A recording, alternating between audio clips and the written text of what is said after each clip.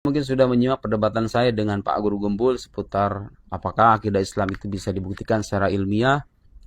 Saya sudah paparkan di sana bahwa dasar-dasar akidah Islam itu punya landasan rasional, dan pengetahuan rasional tidak bisa kita pungkiri adalah pengetahuan ilmiah karena dia melandasi seluruh produk pengetahuan manusia termasuk pengetahuan empiris itu sendiri. Ya, untuk membenarkan pengetahuan empiris, kita tidak bisa melepaskan diri kita dari pengetahuan rasional yang bersifat aksiomatik. Ada di luar sana orang-orang yang mengatakan itu hanya ilmiah versi Islam. Jadi apa yang kita katakan ilmiah itu hanyalah ilmiah versi Islam. Saya ingin mempersoalkan kesimpulan ini dengan penjelasan sebagai berikut. Saudara sekalian, apakah Anda perlu menjadi Muslim untuk mengatakan bahwa buku yang ada di hadapan saya ini ditulis oleh seorang penulis? Saya tidak pernah berjumpa dengan penulisnya. Tapi menurut logika yang sehat, saya bisa sampai pada kesimpulan bahwa buku ini tidak mungkin menyusun dirinya sendiri. Dia pasti ada yang menulis. Meja yang saya gunakan sekarang ini adalah sesuatu yang dibuat.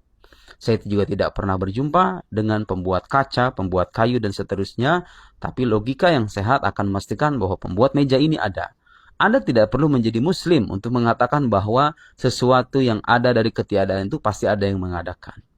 Jadi logika yang mengatakan Tuhan ada dan klaim tersebut bisa dibuktikan keilmiahannya, ilmiah yang kita maksud itu bukan ilmiah versi Islam, tapi itu ilmiah versi akal sehat. Karena logika yang sehat tidak akan pernah bisa mengimani sesuatu yang tadinya tidak ada kemudian ada, lalu dikatakan mengadakan dirinya sendiri.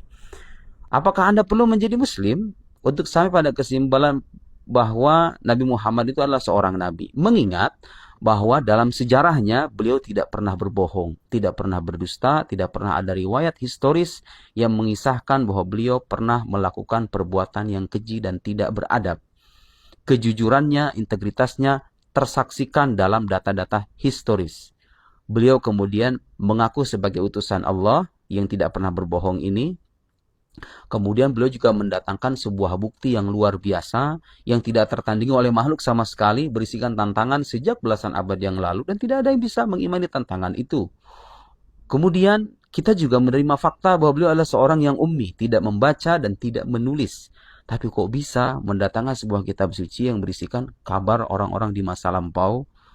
Ada Nuh, Idris, Ibrahim, Musa, Isa, Fir'aun, Bani Israel, Ashabul Kahf, keluarga Imran, dan lain-lain.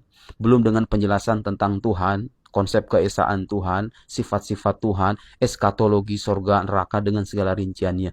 Beliau tidak pernah belajar. Tidak pernah terbukti beliau belajar kepada Rabi Yahudi ataupun pendeta Nasrani. Tidak pernah belajar filsafat ataupun ilmu perbandingan agama, tapi kitab yang beliau sampaikan itu mengkritik keyakinan umat agama lain. Pertanyaannya mungkin tidak pengetahuan ini berasal dari beliau sendiri, sementara beliau tidak pernah belajar. Tidak mungkin. Kita tidak bisa memberikan alasan yang masuk akal, kecuali menisbatkan pengetahuan ini sebagai informasi yang beliau terima dari penguasa alam semesta, yaitu Allah Subhanahu wa Ta'ala. Reasoning semacam ini tidak mengharuskan seseorang menjadi Muslim.